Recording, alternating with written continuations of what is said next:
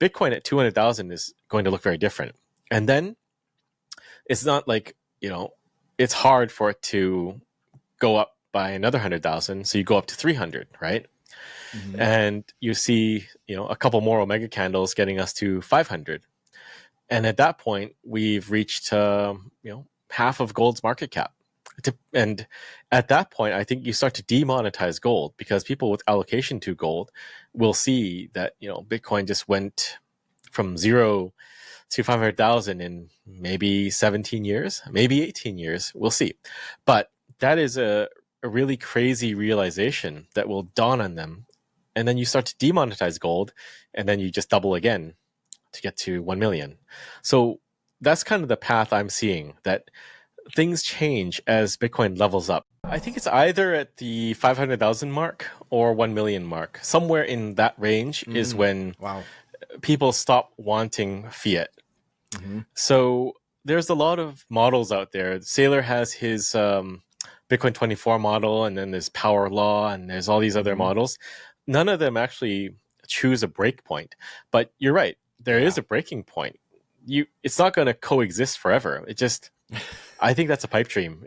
We'll always have this exchange rate, and we'll be trading Bitcoin for $100 million, and we'll make new fiat with more zeros on it. I don't think so, because Bitcoin is a far superior technology. It's like 100x, if not 1,000x, on anything we've ever had in the past. Right? Being able to transport value for a few dollars instantly across the planet with finality. That is a big game changer. And most people don't understand that. Most people don't even know what finality is, right? Like, they don't understand that when you pay with your credit card, that's not final yet. It's finalized weeks, maybe months later. But it's almost like all of this stuff about how money works is a lost art. I don't think stablecoins like Tether are really directly competing. I mean, Tether is also mining Bitcoin with their yield from the T-bills, right? So it's sort of like they're participating in this market, providing a service that people want. And there's like 400 million some odd users for Tether around the world. You can't just remove that and say, everyone's going to use Bitcoin, because most people don't want Bitcoin right now. And that's just a fact that we have to acknowledge. They just want dollars, whether it's physical dollars in their local bank account, or a digital dollar from Venmo or PayPal, if they can get those accounts, or a digital dollar via Tether. It's just different transport mechanisms for that same instrument, a digitized dollar. I think you have to serve that market. And I've heard people say that stablecoins are an attack on Bitcoin, or stablecoins are a CBDC. But you're kind of reaching there. A CBDC, by definition, is from a central bank, right? A private stablecoin issuer is not that. Even in Canada, when we had the trucker protest, and the government was freezing funds, they had to go to the actual bank, not the central bank. So the central bank is almost an arm of the government. Well, it is an arm of the government. At least there is a step between government and the money. So they couldn't just tell the central bank, freeze these accounts, which they would have done if they could have done. But they had to go to the actual bank with some order from a court or a judge, and then attempt to freeze them with some reason. And I think it's the same with stablecoins. The central banks won't be able to do that. So it's still a private issuer of a dollar instrument.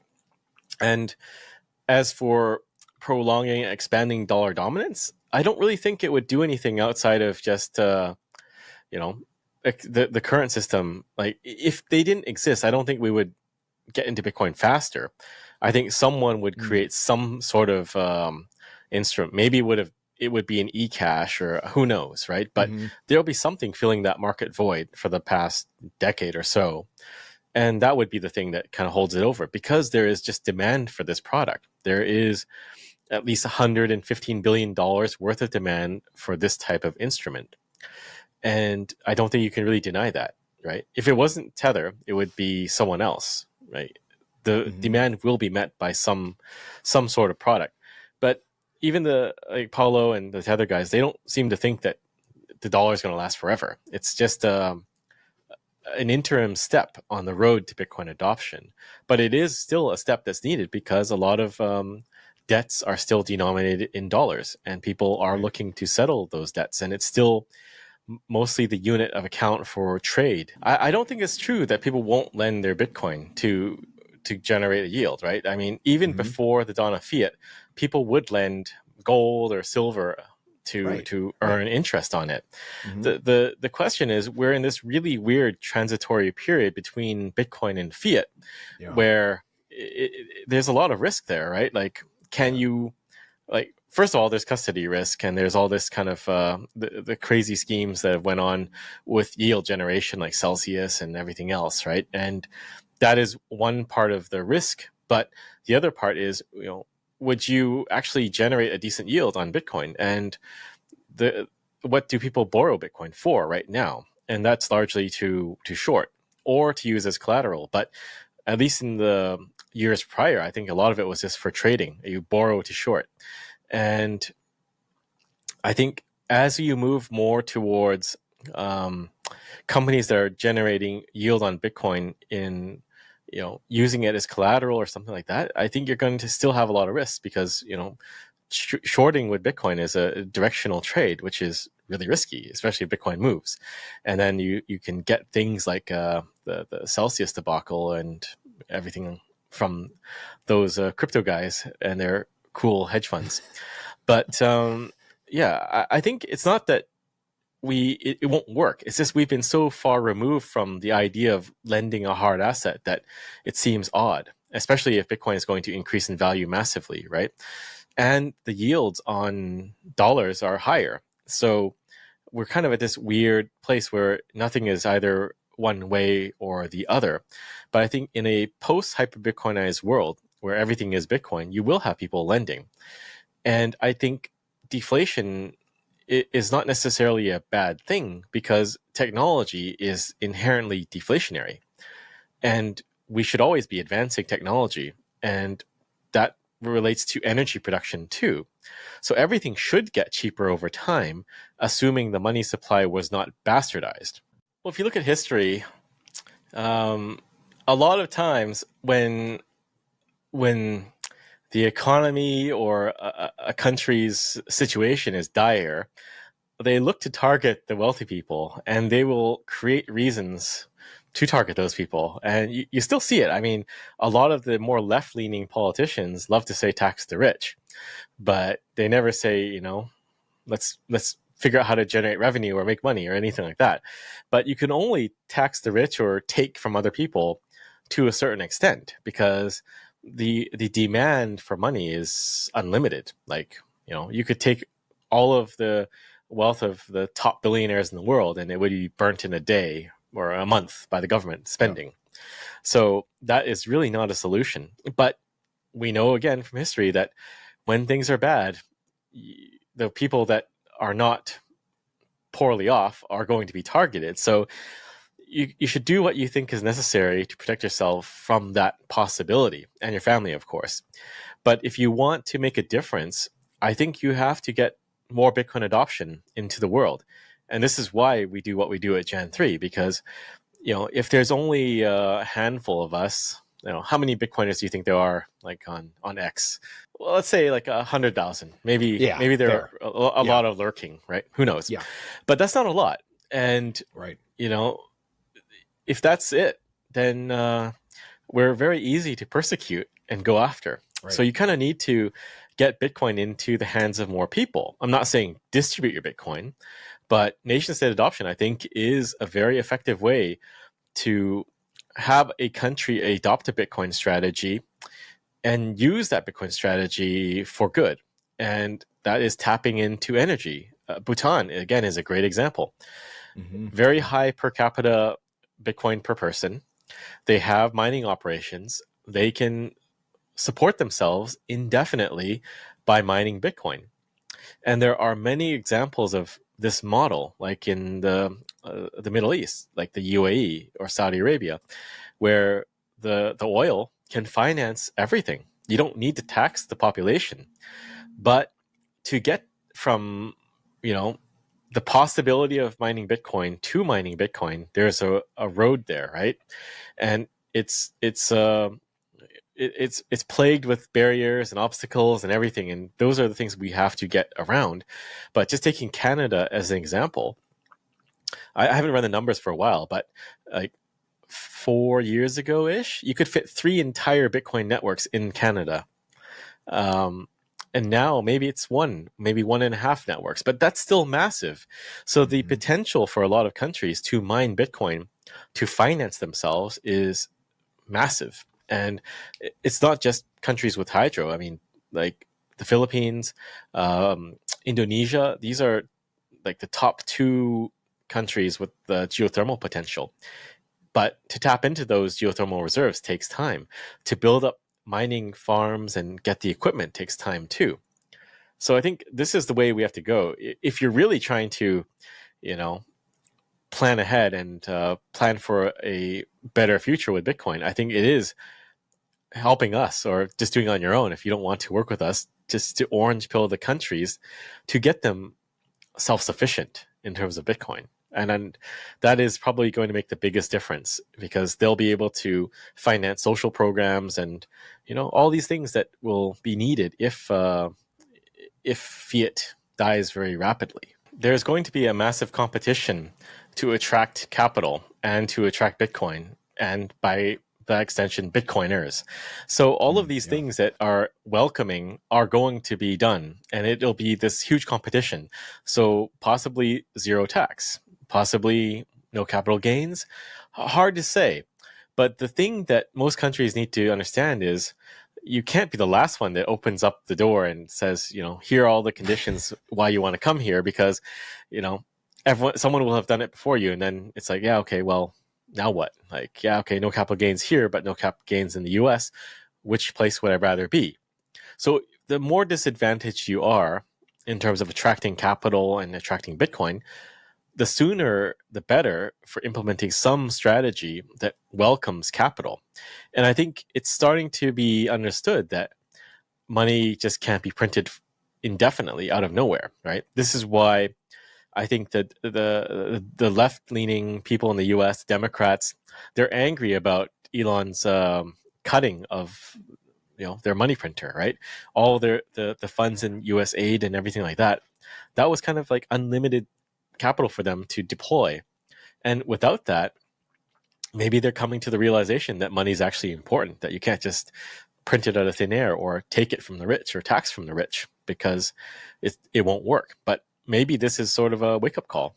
And I think it's also a wake-up call for many countries to understand the nature of the business they're in. They are in the business of running the country to grow, to attract money. And that's really what they have to focus on. And I think in the course of politics and everything, you get distracted, just like normal people get distracted by everything else. They get distracted from the core premise, which is we need to attract capital and we need to attract investment. And if you look at El Salvador as an example, it's really not hard. Just, you know, do some things that are not stupid and say good things about Bitcoin, and people will pay attention, and they might move there. They might set up a company there or domicile there or do all these sorts of things. Welcome back, everyone, to the Market Chronicles. Great to have you with us for episode 15. Oh, good to be back. Today, we're doing another deep dive, and this time we're looking at some really interesting comments on where Bitcoin might be heading. Yeah, specifically from some audio featuring Samson Mow. He lays out a pretty bold vision. Absolutely. So we'll unpack that perspective, its implications, the whole 9 yards. And hey, if you're watching on YouTube, do hit that subscribe button. Helps us keep these analyses coming. Okay, so let's jump in. Mow's price trajectory ideas are quite striking. They really are. He doesn't just talk about hitting a certain number. There's a whole path laid out. Exactly. He sees Bitcoin moving towards $200,000, then $300,000. Okay. And he mentioned something called omega candles. These potentially huge, sudden upward moves that could, really accelerate things, maybe even pushing towards $500,000. Right. And that $500,000 mark? That's significant for a reason, isn't it? Something about gold. Precisely. He points out that $500K Bitcoin would be roughly half the market cap of gold. Half of gold. Wow. And that's where he thinks things get really interesting. He suggests this could be the trigger point for what he calls the demonetization of gold. Demonetization of gold, so people Well, just stop seeing it as the ultimate store of value. kind of. The idea is investors look at Bitcoin going from zero to half of gold's value, relatively quickly, and realize, wait a minute. They see the momentum, the Yeah. potential. Yeah. And that realization, that shift in perception, could then cause a major capital reallocation away from gold and into Bitcoin, potentially driving the price up towards $1 million. And he put a time frame on this whole journey, didn't he? He did suggested something like 17 to 18 years, potentially, which sounds long, but in the grand scheme of monetary shifts. It's actually quite compressed, historically speaking. Right. Now, this ties into his view on fiat currencies, too. He believes there's an eventual breaking point. A point where the current system just doesn't hold. Yeah, where holding fiat just isn't desirable anymore compared to Bitcoin. He sees this shift happening somewhere in that $500,000 to $1 million Bitcoin price range. So he's critical of models that just assume Bitcoin and fiat coexist indefinitely with some exchange rate. Exactly. He mentions things like, the Sailor Bitcoin 24 model or power law models. And he says they often miss this potential fundamental break. He just doesn't buy the idea of a perpetual exchange rate. And the reason for that break, in his view, comes down to the technology itself. Pretty much. He calls Bitcoin a far superior technology. Maybe 100x, even 1,000x better than what we have now. That's a strong claim. What's the core advantage he highlights? It's the ability to move value instantly or near instantly across the planet. Okay. For minimal fees, like a few dollars, and with finality. That's the key. Finality. Let's unpack that a bit because it's crucial. Sure. It means once a Bitcoin transaction is confirmed sufficiently on the blockchain, it's basically irreversible. It's settled. Done. Unlike, say, a credit card payment, which might look instant, but the actual final settlement between banks can take days, and chargebacks are possible. Exactly. That final settlement aspect is a huge difference. Mow sort of suggests that understanding how money really works, these deeper mechanics, has become a bit of a lost art. Interesting point. Okay, so shifting gears slightly. What about stablecoins? Things like Tether. Where do they fit in Mow's picture? Are they competition? He actually argues they're not direct competitors. It's more like they reflect the current reality that most people still prefer dollars, or at least dollar-denominated assets. Right. They offer a digital dollar experience. Yeah. And he points out that even Tether, the biggest stablecoin issuer, is actually involved in Bitcoin mining, using yield from their T-bill reserves. So they're participating in the Bitcoin ecosystem. So they're not trying to undermine Bitcoin, necessarily. Doesn't seem like Mow thinks so.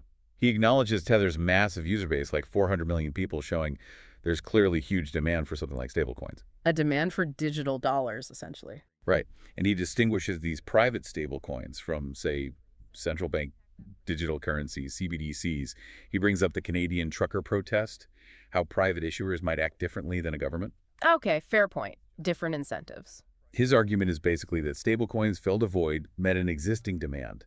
If they didn't exist, maybe something else similar would have popped up. And the size of that market shows the demand is real, over $115 billion in stablecoins, right? Yeah, it's significant. And Mow even suggests that perhaps even the issuers see stablecoins as sort of an interim step, a bridge towards people eventually moving to Bitcoin. Interesting perspective. So what about generating yield or lending in this potential future Bitcoin world? Right now it seems risky. Oh, definitely. Mow calls the current situation a weird transitory period. You have the risks of custody, holding your own keys, and we've seen all those failed yield schemes like Celsius and others. Yeah, huge blowups. So what are people borrowing Bitcoin for now? Mostly shorting the price or using it as collateral for loans, it seems. Those are the main uses currently. But looking further ahead, could lending become more common if Bitcoin becomes more established? Mow seems to think so. He points to history. People have always lent hard assets, gold, silver, for interest. So why not Bitcoin in a post-hyper-Bitcoinized world, as they call it? Makes sense. There would likely be demand for capital. And he touches on deflation, too. Suggests that if you have sound money, like Bitcoin with its fixed supply, then deflation driven by technological progress isn't necessarily bad. Prices go down, but your money holds its value, or even increases in purchasing power. That's a very different way of thinking compared to our current inflationary system. It really is. Now, another angle he touches on is wealth targeting. Ah, the idea of governments going after the wealthy, especially during tough economic times. Exactly. History's full of examples. But Mao points out a potential problem with wealth taxes. The demand for money is effectively unlimited. True.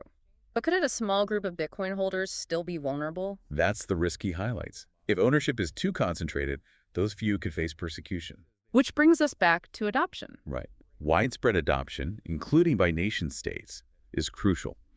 It provides protection through dispersion, and Mo argues can be a force for good. He mentions Bhutan as an interesting case study, right? Yeah, relatively high per capita Bitcoin holdings, potentially through mining. It suggests a path to self-sufficiency for some nations. And maybe oil-rich nations like the UAE or Saudi Arabia could fund massive mining operations too. That's another possibility he raises, using existing wealth to secure a position in the future monetary asset. Of course, setting up mining isn't easy. There are barriers, obstacles, energy, infrastructure, regulation. For sure. But countries with advantages like Canada with its energy resources, even if potential is reduced from past estimates. Or places with geothermal like the Philippines, Indonesia. Exactly. Those places could have a strategic edge. Mo sees a future where countries adopt Bitcoin strategically, maybe even using mining revenue to fund social programs. And this leads to competition between nations. He predicts massive competition to attract capital and, specifically, Bitcoiners. How would they compete? Lower taxes, favorable regulations. Potentially even zero taxes, no capital gains on Bitcoin. Jurisdictions might raise to become the most Bitcoin-friendly. So being a late adopter in setting those policies could be a major disadvantage. A huge disadvantage, potentially. He thinks there's a growing realization, maybe a wake-up call, that printing money indefinitely just doesn't work. A wake-up call for governments across the political spectrum. He suggests both left-leaning groups wanting social programs and countries in general need to understand sound financial principles to attract capital in this potential new era. And El Salvador is kind of the early small-scale example of this. Yeah, he uses them as an example, showing that even just having simple, non-stupid policies and being openly positive about Bitcoin can attract significant attention and investment. So wrapping it up, Mo's painting a picture of Bitcoin not just as an asset, but as a fundamental technological and monetary shift. Definitely. Driven by its tech advantages and, frankly, growing distrust in the existing fiat system, and widespread adoption, especially by nations, is seen as absolutely pivotal. It really forces you to think about the long term, doesn't it? Considering his perspective, what are the biggest shifts, maybe personally or societally, we should anticipate if Bitcoin's influence grows like he suggests? That's the big question, isn't it? How do individuals, businesses, even governments adapt if the very nature of money changes so fundamentally? It's a lot to think about. It certainly is a fascinating perspective to consider.